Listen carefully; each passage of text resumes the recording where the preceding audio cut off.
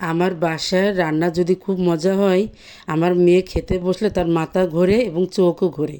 আসসালামু আলাইকুম। কেমন আছেন সবাই? আলহামদুলিল্লাহ, আমরা সবাই ভালো আছি। তো আজকে রান্না করব ধুন্দুল দিয়ে চিংড়ি মাছ, আর সাথে থাকবে শাক ভাজি চিংড়ি মাছ দিয়ে। তো প্রথমে তেলের পরে পেঁয়াজটা দিয়ে হালকা নাড়াচাড়া করে নিয়েছি। এখানে একটু রসুন, হালকা একটু রসুন আর আদা একসাথে বাটা ছিল সেটা দিয়েছি। আর জিরার গুঁড়া, মরিচের গুঁড়া, হলুদের গুঁড়া, পরিমাণ মতো লবণ, সব কিছু তেলের পরে দিয়ে ভালো করে মশলাটা কষিয়ে নিয়েছি। নিয়ে এখন ভালো করে তেল উঠে আসা পর্যন্ত মশলাটা কষিয়ে নেব। এই পর্যায়ে এখন আমি মেখে রাখা, হালকা লবণ হলুদ দিয়ে মেখে রাখা চিংড়ি মাছগুলো দিয়ে দিচ্ছি।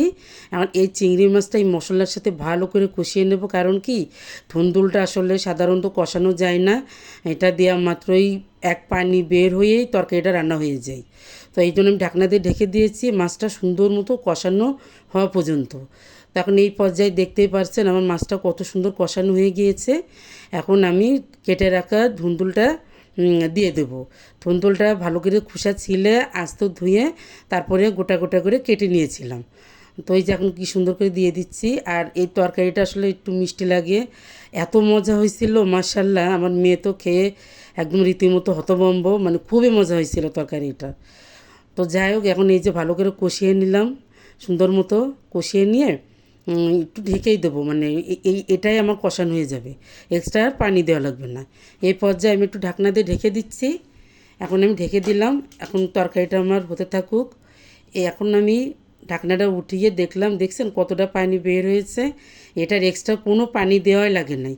এখন কয়েকটা কাঁচামরিচ ফালি দিয়ে দিলাম, লাল সবুজ মিলিয়ে দেখতে সুন্দর লাগবে, দিয়ে দিলাম।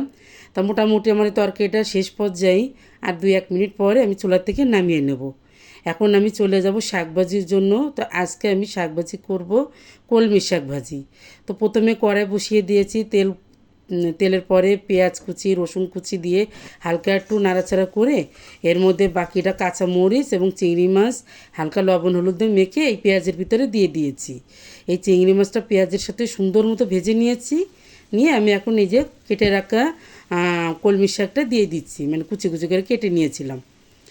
এক্সট্রা কোনো পানিই দেবো না, আমি কলমি শাক সবসময় এভাবে রান্না করি, কোনো পানি দেওয়া লাগে না, এতেই হয়ে যাবে। তো হালকা করে নাড়াচাড়া করে নিচ্ছি সমান করে দিয়ে দেওয়ার জন্য। তো নাড়াচাড়া করে নেওয়ার পরে এখন শাকটা আমার এই পর্যায়ে দেখতেই পাচ্ছেন কত সুন্দর ভাজা ভাজা হয়ে গিয়েছে। চিংড়ি মাছ দিয়ে খুবই মজা হয়েছিল আলহামদুলিল্লাহ। তো আজকে আমার রান্নাটা সাদামাটার মধ্যেই করে নিয়েছি। এই ধরনের তরকারি দিয়ে ভাত খেলে আসলে তৃপ্তি করে ভাত খাওয়া যায়।